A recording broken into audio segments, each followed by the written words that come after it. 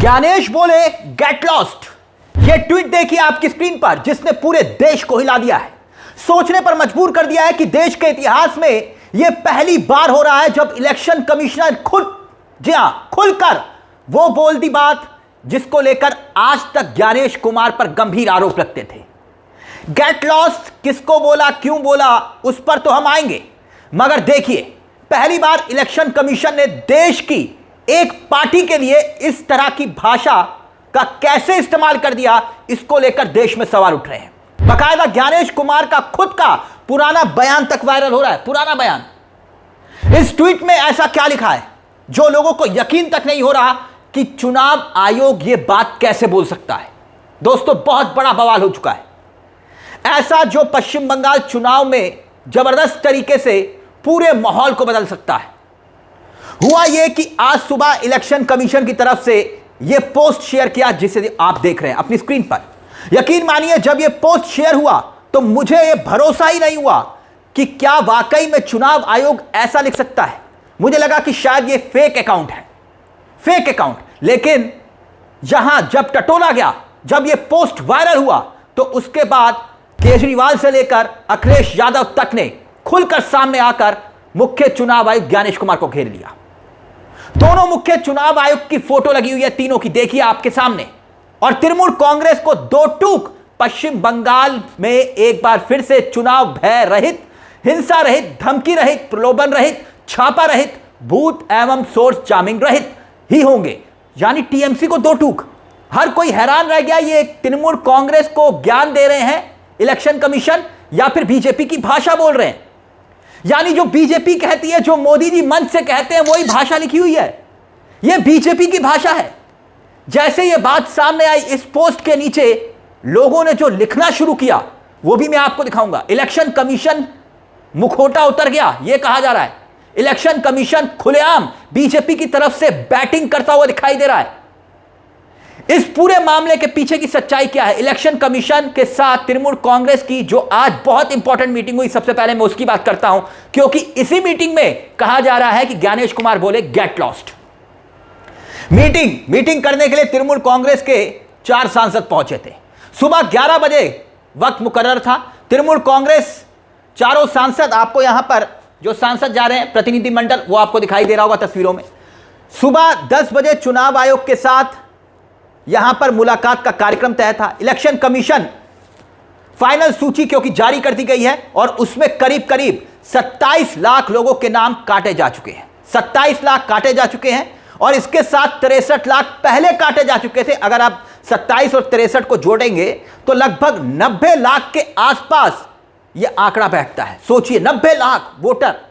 और ऐसे में इलेक्शन कमीशन ने अब तक एसआईआर में पश्चिम बंगाल में करीब 90 लाख के आसपास वोट काटे जाने का जिक्र किया है।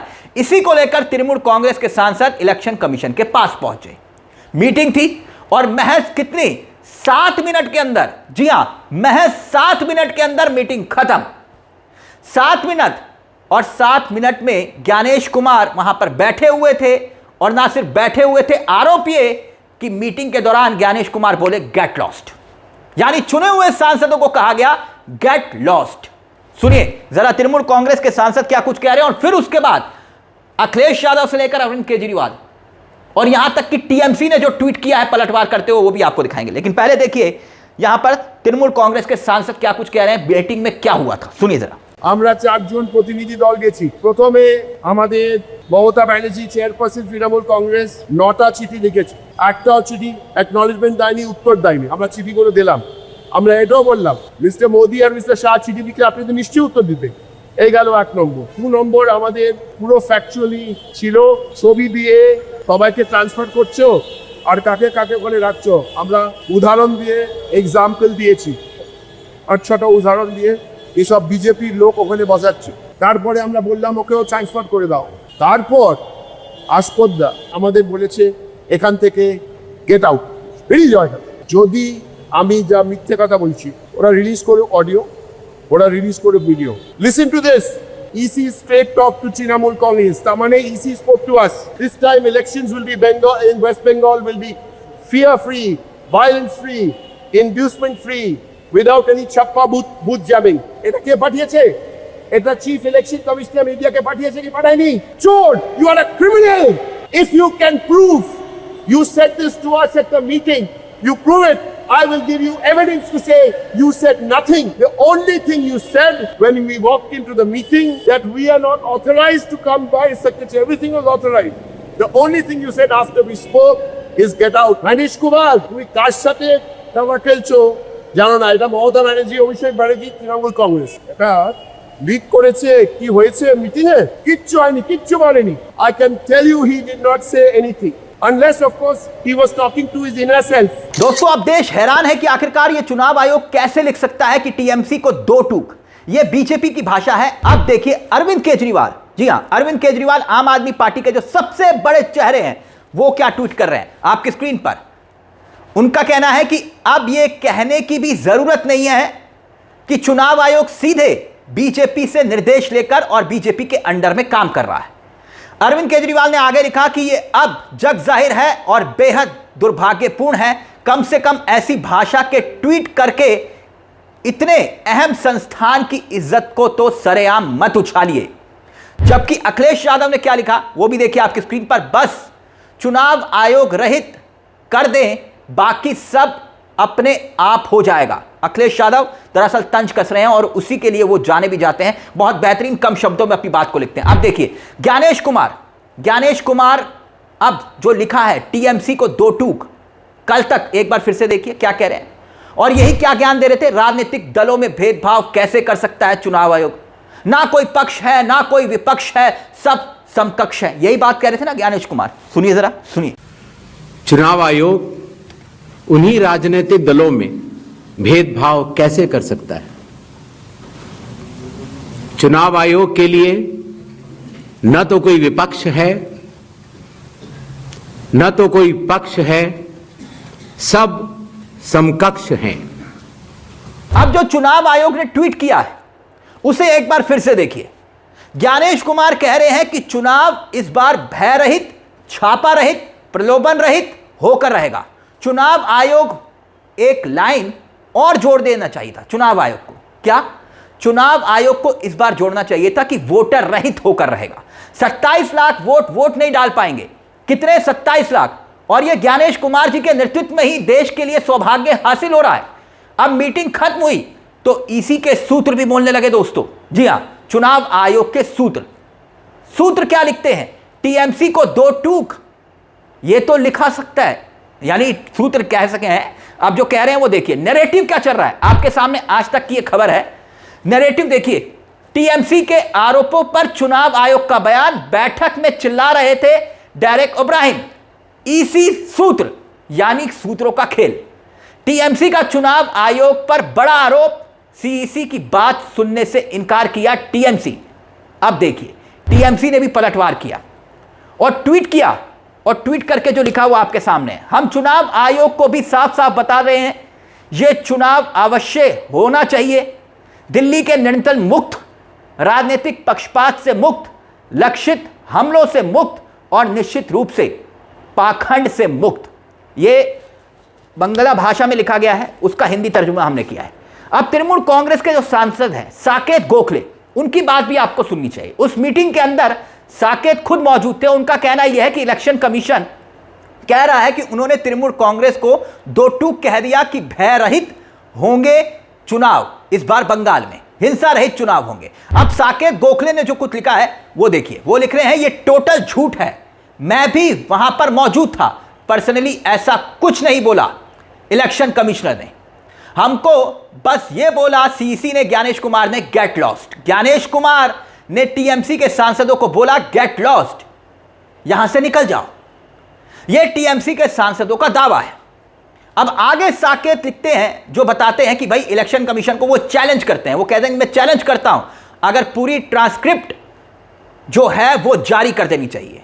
अब ट्रांसक्रिप्ट जारी करने का चैलेंज यहां पर साकेत दे रहे हैं, यानी टीएमसी के एक और सांसद। वो कह रहे हैं कि मीटिंग में जो जो कहा गया, जो जो बोला गया, एक एक वर्ड आप जो है वो जारी करिए, ताकि दूध का दूध और पानी का पानी हो जाए। और वैसे भी इलेक्शन कमीशन के दफ्तर में जो है वो कैमरे तो होंगे ही ना। हमारा इलेक्शन कमिश्नर जो है वहां पर कैमरे तो रखे ही होंगे और सब कुछ कैमरे में कैद हुआ होगा, ऐसी पूरी उम्मीद की जा सकती है। तो चुनाव आयोग सूत्रों के हवाले से खबरें क्यों दे रहा है? जारी कर दे। अब बड़ा सवाल यह कि क्या कोई वीडियो वाकई में आने वाला है, क्योंकि साकेत यहां पर इशारा कर रहे हैं कि हमारे पास कुछ एविडेंस है। और यह बहुत बड़ी बात है दोस्तों, इलेक्शन कमीशन के साथ महज अगर 7 मिनट की बातचीत होती है, 7 मिनट की, जब मीटिंग का वक्त मुकर्रर था 10 बजे मीटिंग, आधे पौने घंटे मीटिंग हो सकती थी। बातचीत के जरिए ज्ञानेश कुमार समझा सकते थे कि नहीं आप गलत बोल रहे हैं, ये तर्क है। लेकिन ज्ञानेश कुमार जी ने क्या वाकई में बोला कि गेट लॉस्ट? ये देश के लिए बहुत बड़ा सोचने का विषय है।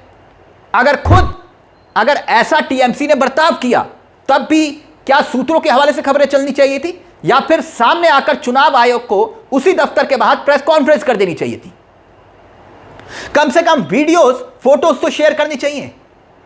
और यहां जो दफ्तर के बाहर पहले से यहां पर टीएमसी के सांसद खड़े होकर प्रेस कॉन्फ्रेंस अगर कर रहे हैं, तो चुनाव आयोग को भी देश को बताना चाहिए था।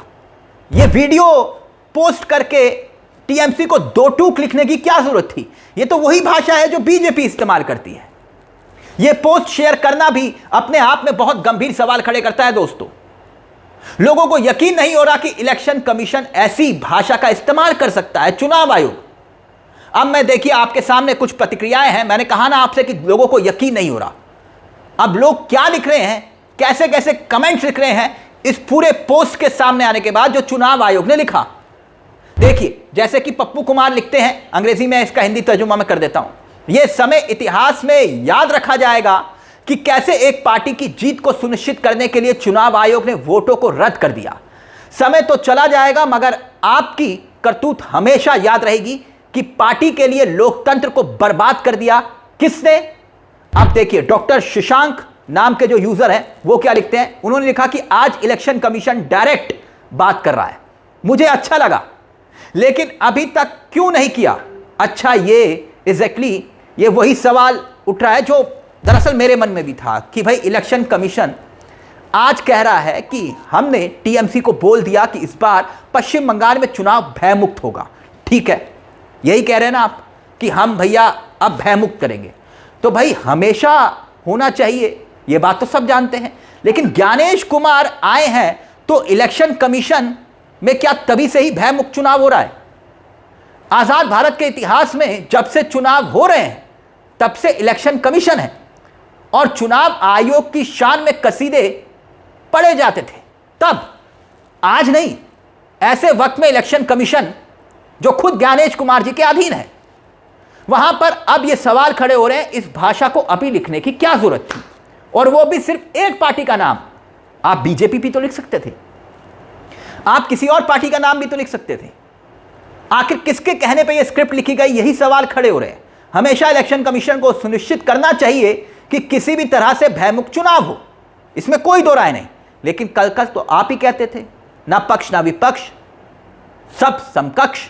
तो फिर आखिरकार ज्ञानेश कुमार जी ऐसी भाषा का इस्तेमाल क्यों?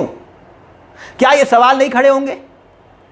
क्या अगर वहां पर हालात बिगड़े तो जिम्मेदारी तो आपकी भी बनती है, क्योंकि सब कुछ चुनाव आयोग के अधीन है। अब दोस्तों, किसने क्या कहा, क्यों कहा, गेट लॉस्ट बोला नहीं बोला, यह एक अलग विषय है। लेकिन बात इलेक्शन कमीशन ने जो आज इस तरह का पोस्ट करके अपनी बात को लिखा है, इसके बाद पूरा का पूरा चुनाव आप देखिएगा बीजेपी वर्सेस टीएमसी नहीं होगा। अब टीएमसी इस चुनाव को TMC versus BJP plus election commissioner या फिर इलेक्शन कमीशन करेगी।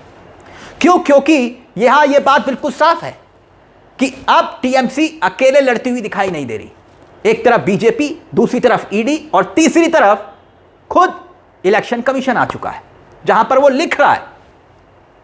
यह बात पॉलिटिकली नहीं है दोस्तों, जरा सोच कर देखिए।